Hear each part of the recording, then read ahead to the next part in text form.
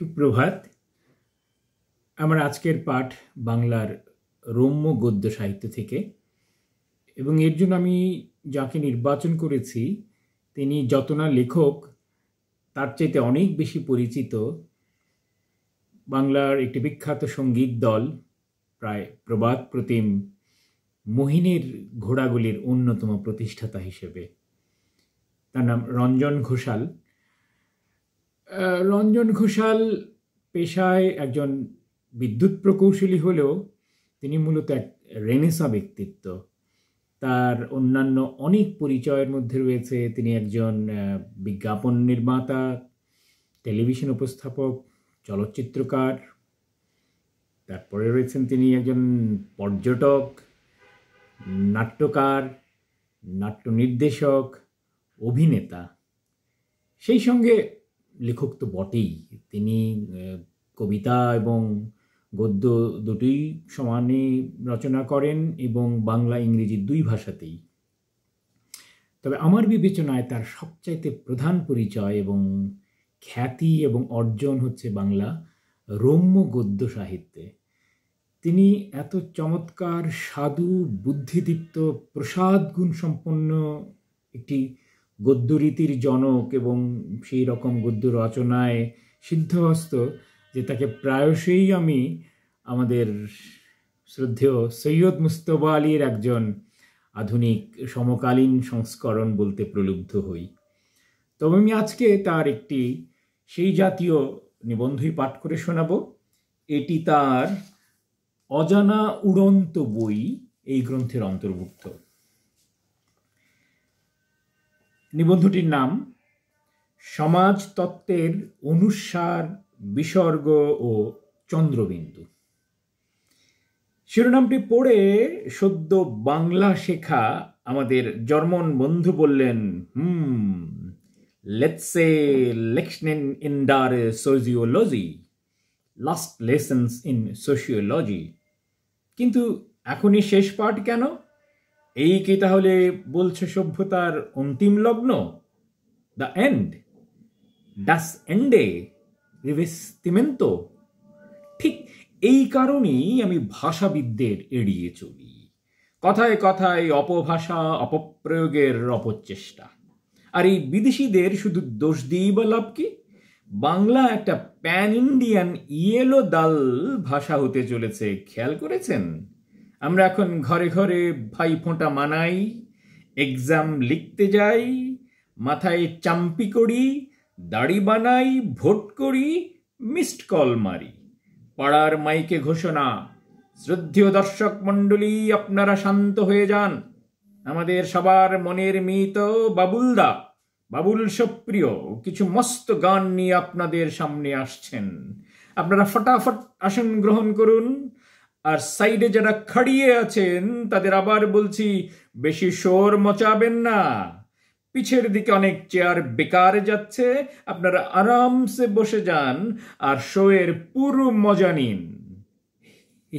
একটা বড় রুই মাছ এসেছে বাজার থেকে। আমাদের বামুন্দি দেখে বললে, ও মা, ঢাই করে এত বড় মাছটা এনে ফেললে সেজবাবু, কি করবো গে এখন? সেজদা বলল, पूरी बेरहम किसे उसको बोटी बोटी करके कलिया बन डाला। এর অবশ্য বাংলা হয় না, তবু বলবো এপার বাংলায়ও একটা ভাষা আন্দোলনের আশু প্রয়োজন। আমি শহীদ হতে রাজি আছি, বাকিরা হাত তুলুন। বিসমিল্লাহ করি গোড়ার কথা থেকে। মানে সমাজতত্ত্ব আর ভাষাতত্ত্ব দুই ভিন্ন জাঙ্গালের চিড়িয়া, এই তকরার থেকে শুরু করা যাক। সেজদা ডাক্তার মানুষ, বলল বোবার শত্রু না থাকতে পারে, সমাজের আছে। অর্থাৎ একটি হাইপোথেটিক্যাল বোবার রাজ্যে ভাষাতত্ত্ব মিনিংলেস হতে পারে, কিন্তু সমাজতত্ত্বটি সেখানে তাগড়া হওয়ার দরকার। মেজদা মিটিমিটি হাসল। এটা নিশ্চিন্তে একটা টটোলজিক্যাল ফ্যালাসি বলে উড়িয়ে দেওয়া যেত, কিন্তু চাঁদু, ভাষা কি জাস্ট একটা মৌখিক ট্র্যাডিশন? মানুষের অনেক ভাষা, ইঙ্গিতের ভাষা, লেখার ভাষা, শরীরের ভাষা। নইলে শুন্ডির দেশে গিয়ে রবি ঘোষ, তপেন চট্টোপাধ্যায় বিরাট বিপদে পড়ে যেতেন। সেজদা রুটি ছিঁড়ে বেগুন পড়া দিয়ে সেটা ট্যাকেল করতে করতে ঘাড় নাড়ল। অসম্মতির নাড়া। বলল, আমি স্ট্রাকচারালিস্টদের নোশনে বিশ্বাস করি না মেজদা। লিঙ্গুইস্টিক্স অবধি ঠিক আছে, কিন্তু মনোবিশ্লেষণ থেকে সামাজিক নৃতত্ব পর্যন্ত সব কিছু ওই স্ট্রাকচারালিজম দিয়ে মাপাঝোঁকা হতে হবে, এটা আমি মানতে পারি না। মুড়ি ও মিছরির জন্য আলাদা টেন্ডার ডাকা হোক। বড়দার বহুদিনের বন্ধু ফ্রেডরিশ কলকাতায় এলেই আমাদের বাড়িতে ওঠেন। উনি নিটসে শোপেনহাওয়ারের দেশের লোক। বললেন, আমরা ভাই এ বাবদে গেঁয়ো লোক। ফ্রেঞ্চি আর আমেরিকানদের মতো এখন আর আমরা দর্শন শাস্ত্রের নয়া নয়া থিওরি বানাইনি। সমাজ উচ্ছন্ন যাচ্ছে যাক, ভাষাতত্ত্বের মুখে আগুন। আমরা বুঝি ফুটবল আর অর্থবল, সকার আর লুকার। ফ্রেডরিশদার কথা বিশ্বাস করবেন না, উনি আলোচনার আসরকে অকারণে চটকে দিতে ভালোবাসেন। মা সবার পাতে আলু কুমড়ি তরকারি পরিবেশন করতে করতে বললেন, যদি ইতিহাস বোঝার জন্য সমাজবিজ্ঞানকে ব্যবহার করতে চাও সে একরকম, আবার যদি জানতে চাও একটি চলমান সমাজ বিন্যাস ভবিষ্যতের ধোপে টিকবে কিনা, তার জন্য অনেক হুনর, অনেক মেহনত প্রয়োজন। শুধু ভাষাতত্ত্বের ন্যাজ ধরে সে জ্ঞান বৈতরণী পেরোনো যাবে না। আমার মা খাঁটি বাঙাল। পড়াশোনার বেশিরভাগটাই পিতৃগৃহে আচার্য সমান দাদাদের কাছে বসে। পানিনি মোহাম্মদগুরু পড়েছেন, শুভঙ্করী লসাগু গসাগু শিখেছেন, আবার শেলি শার্লক হোমসও ওই বাড়িতে পড়েই। আমরা বড় হয়েছি মার আটা মাখা হাতের, হলুদ বাটা হাতের মার খেয়ে। মূলত রান্নাঘরের দাওয়ায় কাঁঠাল কাঠের পিঁড়িতে বসে হ্যারিকেনের আলোয় গ্রামারটা, ভূগোল, ইতিহাসটা পড়ে। খুড়তুতো বোন জ্যাঠতুতো দিদিটিকে ধরে আমরা 8 ভাই বোন মার হাতের মার খেয়ে হনুমান হয়েছি। এই নহন্যতে হনুমানের শরীরে না কি যেন একটা কথা আছে, যার মধ্যে অর্থ হলো পেটে খেলে পিঠে সয়। আমার স্কুলের নির্দিষ্ট পাঠ্য বই কোনোদিন পড়তে পাইনি। কম বেশি সিলেবাস বহির্ভূত পড়াই হয়েছে।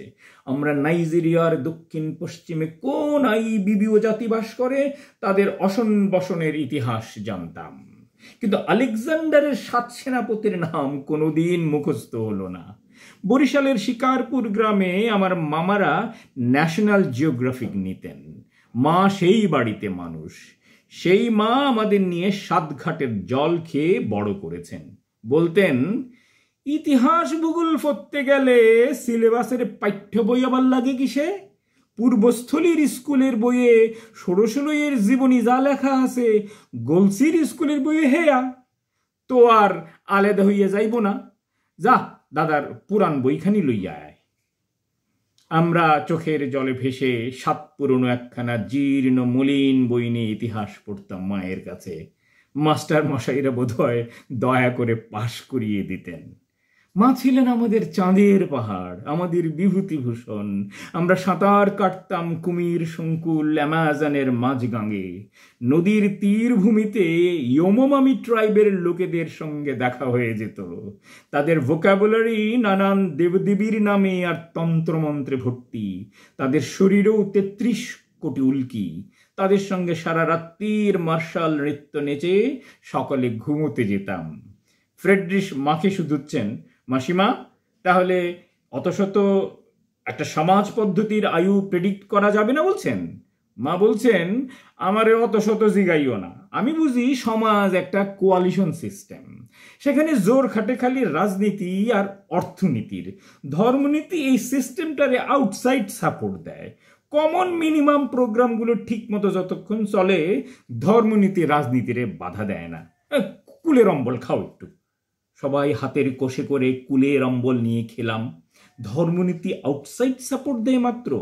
ইসলামিক দেশগুলো তাহলে সমাজনীতি নির্ধারণ করে কে? পেট্রোপলিটিক্স না আলিম ওলেমারা? ইউএস এর সাদার্ন স্টেটগুলোতে চার্চ মাতব্বরি চালায় না? বাবা গত বছর অবধিও দিব্যি বেঁচে ছিলেন, কিন্তু এসব আলোচনায় কখনো সক্রিয়ভাবে যোগ দিতেন না।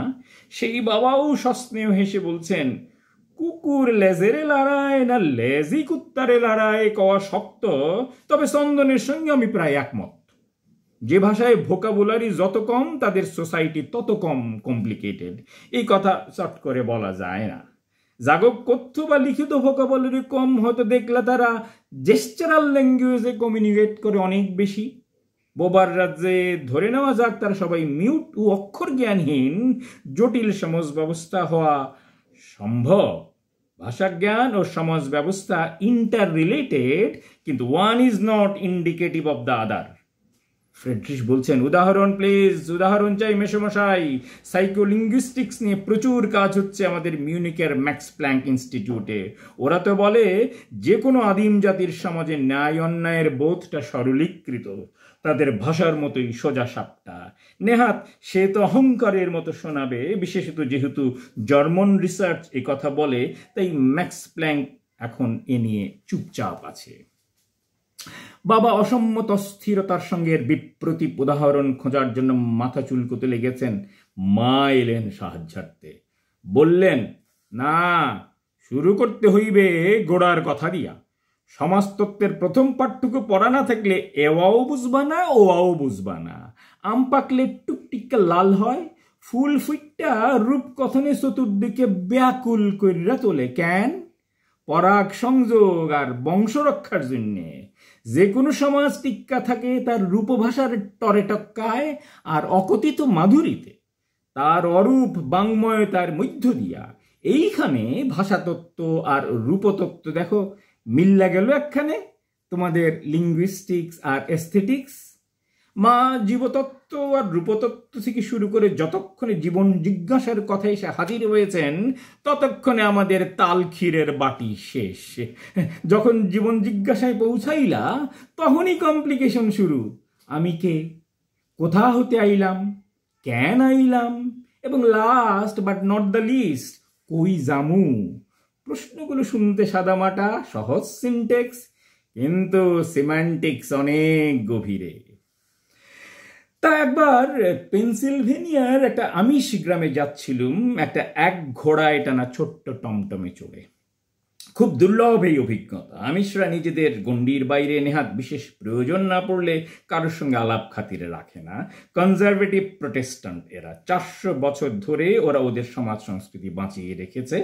ওদের গ্রামে এখনো ইলেকট্রিসিটি ব্যবহার হয় না। নিজেদের জামা কাপড় জুতো নিজেরা বনে সেলাই করে। ঘোড়ায় টানা লাঙ্গলের চাষ, কেমিক্যাল সার, কীটনাশক, ওষুধ বিশুদ্ধ সব কিছু বর্জন করে ওরা যে কিভাবে টিকে আছে আমেরিকার মতো একটি ইন্ডাস্ট্রিয়াল মহাদেশে, ভাবলে বিস্মিত হতে হয়। দেখলেও বিশ্বাস হতে চায় না। ওরা আমেরিকান স্কুল পাঠশালায় পড়তে পাঠায় না ছেলে মেয়েদের, নিজেরা পড়ায়। নৃতত্ত্ব ভূতত্ত্ব থেকে অ্যানাটমি কিছুই বাদ রাখে না তারা, তবে সবই প্রাথমিক স্তরের। ওদের চার্চ নিজেদের ঘরে ঘরে, আমাদের যেমন ঘরে ঘরে ঠাকুরের আসন, লক্ষ্মীর পট। ভোটার লিস্টে নাম থাকলে ওরা ভোট দেয় না কখনো। আমি যাচ্ছিলাম ওদের গ্রাম থেকে ভুট্টা কিনতে, শুনেছিলাম এবার আমিষদের ভুট্টায় প্রচুর মাজরা পোকার প্রকোপ। বিপদে পড়ে ওরা অবিশ্বাস্য সস্তায় ছেড়ে দিচ্ছে এবারকার ফসল।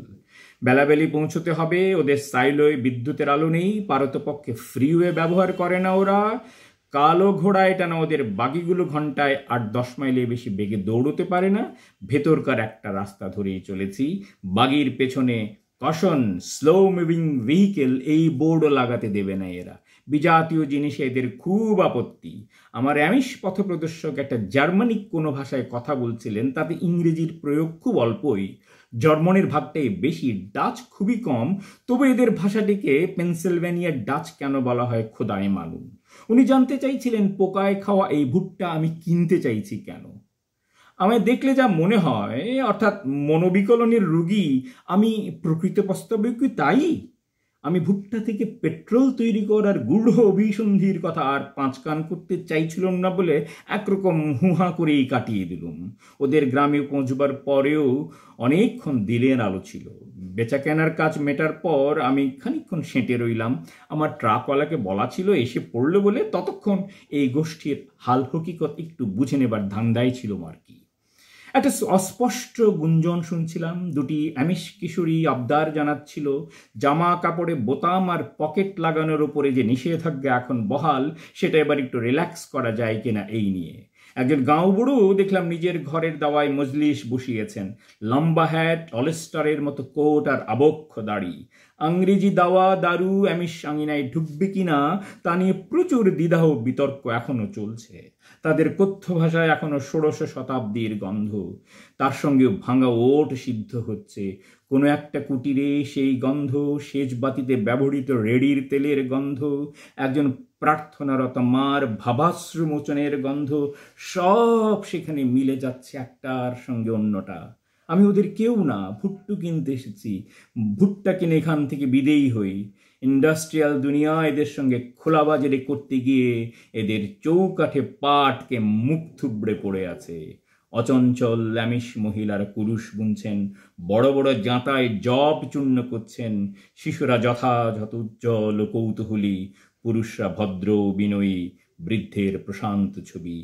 বাইরের পৃথিবীতে ক্লাউড সিডিং করে কৃত্রিমভাবে বৃষ্টিপাত ঘটানোর কাজ চলেছে। স্টেম সেল রিসার্চ এতদূর এগিয়ে গেছে যে হিউম্যান ক্লোনিং এখন আর সাইফাই গল্পে সীমাবদ্ধ রইল না। নিউক্লিয়ার আর কেমিক্যাল ওয়েপনরির স্টক পাইলিং দেখে ওয়ারমঙ্গারেরা নিজেরাও ভয় পেয়ে যাচ্ছেন। কারণ নাকি পৃথিবীতে এসপেরান্ত নামে সর্বজন গ্রাহ্য একটা ভাষা চালু করতে চাইছে। ১ শতক হয়ে গেল এই চেষ্টার, এখনো প্রবল উৎসাহে চলছে তার নবীকরণ। ভাষার সব জটিলতা এখন থেকে মুছে যাবে, সবাই এক ভাষায় পড়বে, লিখবে, ভাববে। জয় হোক এসপেরান্তোর, জয় হোক ইউনিফাইড কমিউনিকেশন থিওরির।